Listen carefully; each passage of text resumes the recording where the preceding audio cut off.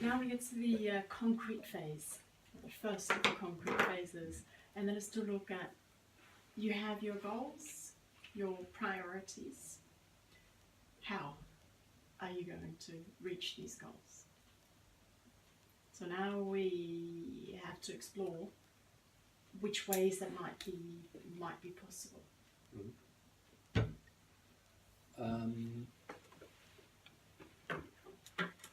One thing I mentioned before was maybe just to watch TV, just general things. Yep. So I just get some.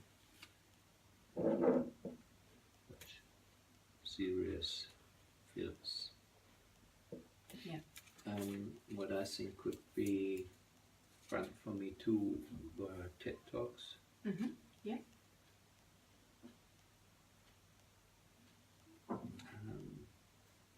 Maybe with subtitles, sometimes with, sometimes without subtitles. It depends a bit on how heavy, how hard it is to understand. Yeah. And usually TED Talks, just a second. I wanted to say TED Talks about my field of work, but on the other hand, both work-related, it's about education in general, but maybe also about my field of interest. My field of work is also my field of interest, but there are completely other things I'm also interested in, which is more here about feeling, human relations and things like this. Yes. Interest. When you say that your other interests involve feelings and human relations, will that support some of this, or are you thinking they're two separate things? This will support that I am able to express my feelings and emotions. Yeah. And this will help me to relax. So in this way it will support it, even if it's not a vocabulary about my working things, but it will help me to relax. And besides this, of course, I need to improve, I think, mainly my vocabulary. Might also my grammar, but not allowed to say as a language teacher, but I don't really care about grammar. So I think I should start with vocabulary. Yes, good idea. It's just between you and me and YouTube, of course. So. Yes. Good, so start with vocabulary, yes? Yeah, and what I think, what is important for me is, in a way, I write and say what I know. And that makes me feel more safe, hopefully, but it of course it will not develop my vocabulary. And if I could find some more play, like ways to take the risk that makes me improving my vocabulary in the things, in emails, in having presentations, in telephone. This could be really great. Yeah, so play and risk. Yeah. How could you explore that? So I think I could use mainly two things. So one, I mentioned before, I work at a language school, so I have a lot of both native speakers or colleagues speaking English on a native speaker level. I could use that. The other thing I could use is, I think I have quite a relaxed relationship to a lot of my project partners. So I don't have to, maybe I could use them and be a bit more risky in what I want to write them. And maybe they don't even have to correct me. but we could have an appointment the next half year. I also want to improve my English. So if you think I write some funny things, please send me the email back and just highlight what is funny, so I will find out. But that they are, what is it, that I have announced it to them. So to avoid misunderstandings. This could be fun. And can I ask you a challenging question then? Yeah. Why hasn't it happened before? Because I'm aware that you have had this goal for a while. So what's stopping you from doing that? That risk and that play?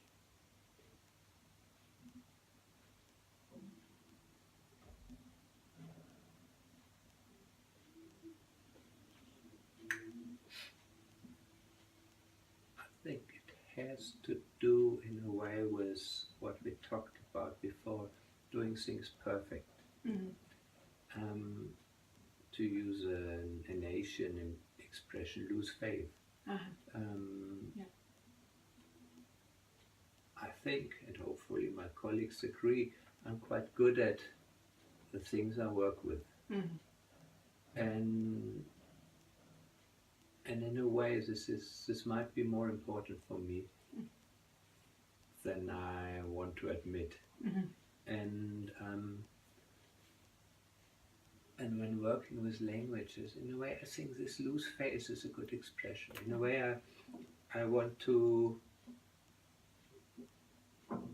I didn't want to say something stupid. I don't want to mix up a language class in my field of work. So yes, so if your field of work is something you'd like to keep separate. May I say something more about this? Because maybe it has to do with that English for me is not a language you learn. If you are an academic working with international projects, you just are able to it. So in a way, maybe it's when I started, if I would start to learn Spanish or things like this, it's okay not to be good at Spanish. But in a way, maybe I expect, or I think everyone expects me to be good at English. And in a way, this could be a challenging thing for me.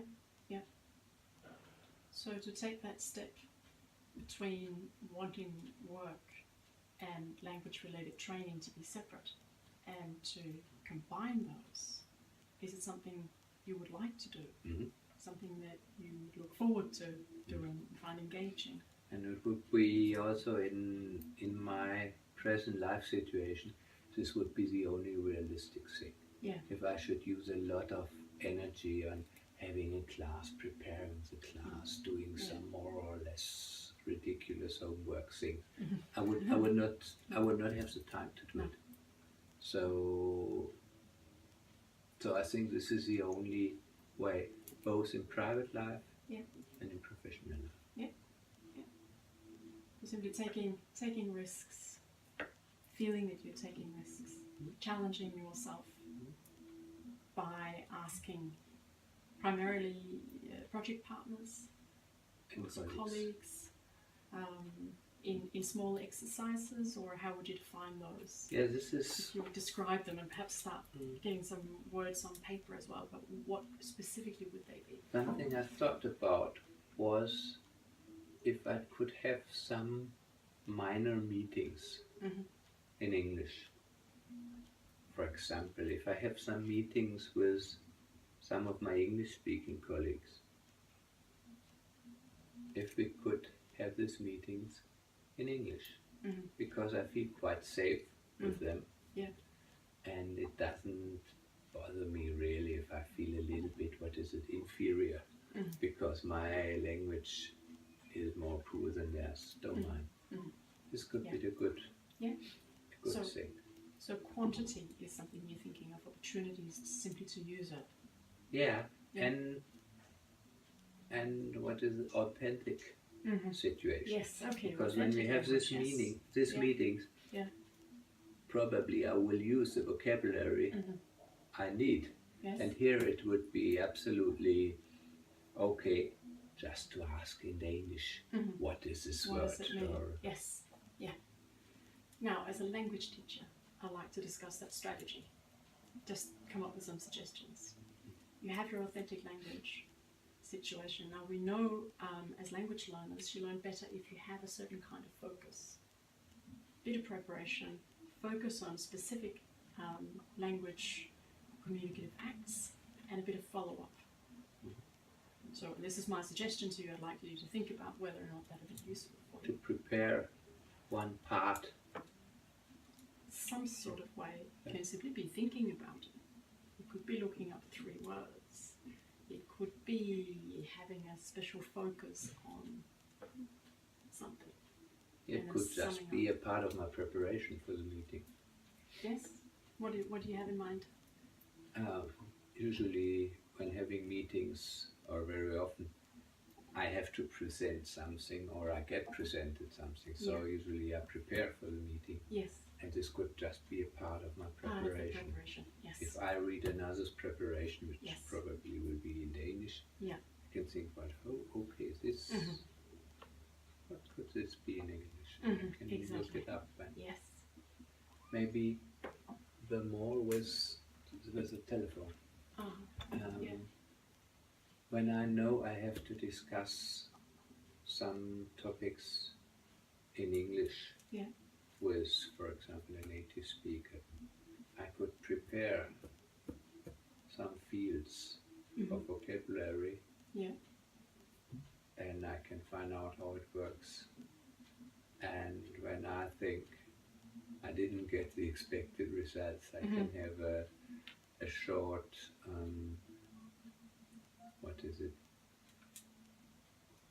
evaluation after the telephone talk. Yes. What is important then would be for me to make the time slot for the telephone call, so it includes these 2 periods. Because this might be one of the problems. Usually I have a lot of things to do, and I just run inside my office 2 minutes after I promised to phone them, and I have no time at all to prepare. So maybe I would, besides the English, I would get a better result of the telephone call. Just to give me 15 minutes before, and in theory 10 minutes after. Yes, and you can adjust that time. And of course it depends on the telephone. And if it's 5 minutes, it might be okay too.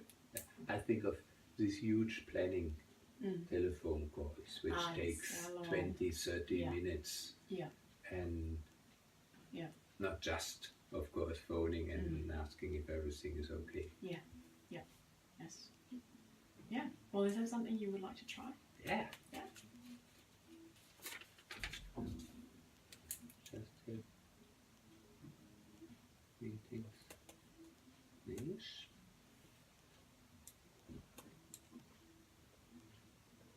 Prepare. And follow up.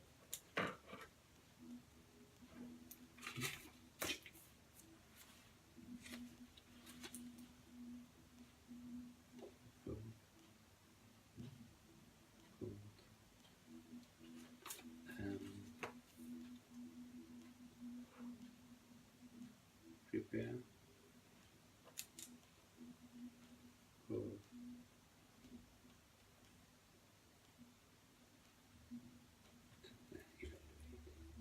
don't have important to schedule this. Yes. So you get your authentic language.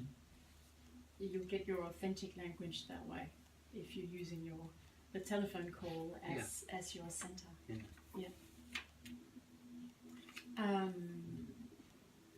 I have one more. Oh, sorry. No, go on. About the emails.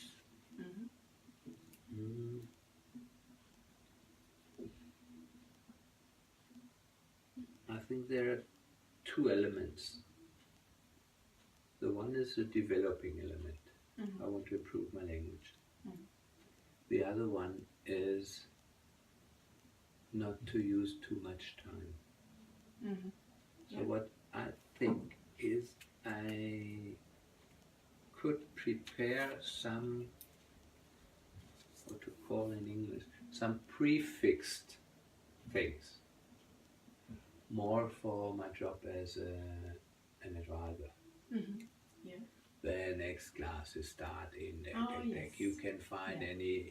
all information in English on our website, Mm-hmm. but there will be some information in. Mm-hmm. You Yes. can join our German classes even if you don't speak any Danish. Yes. So you're writing those over and over again Yeah, at the moment. yeah. Yeah. Yes. Because in a way they are not that specific Mm-hmm. and not that many. German is not that huge a department.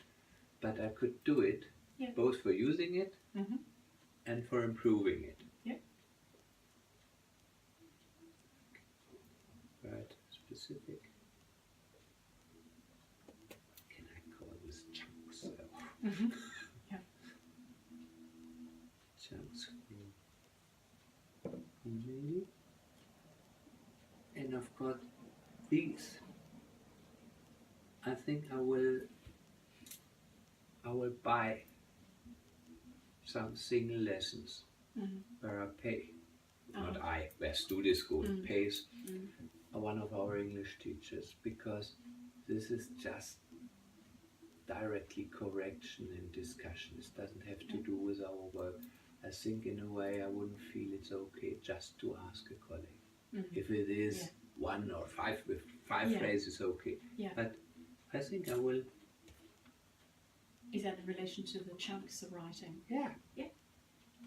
And maybe, maybe we can extend this, because I thought about how can I improve my emails, because in a way I don't think it's okay to use one of my English-speaking colleagues correcting my emails. Mm-hmm. Okay.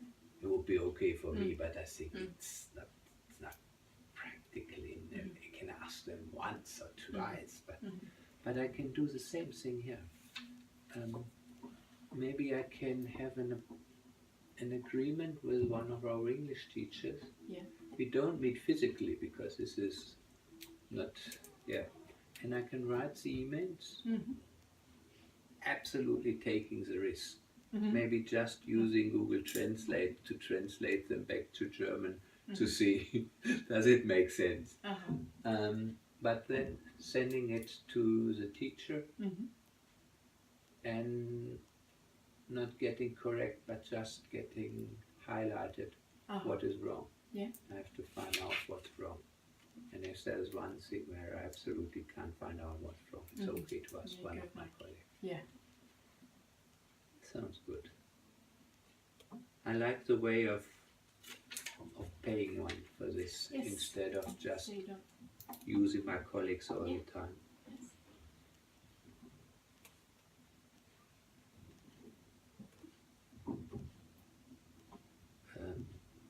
Email examples.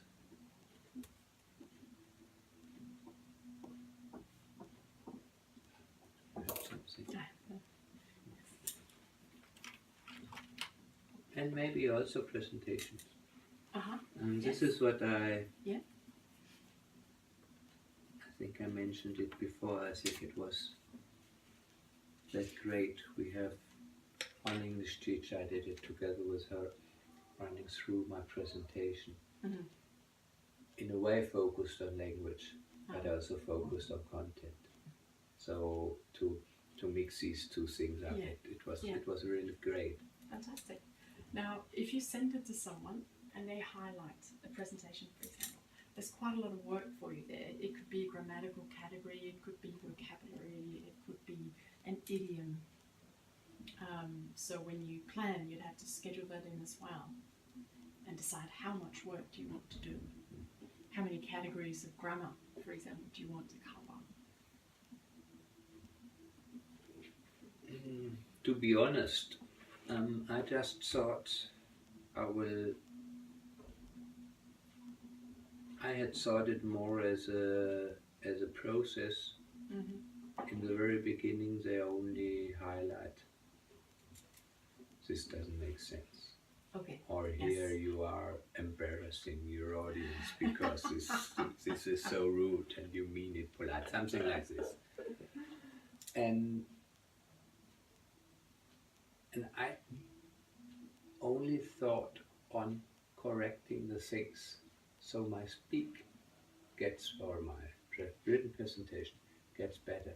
I would not, if I understood you right, I would not go back and learn a lot of grammar theoretically based on my mistakes.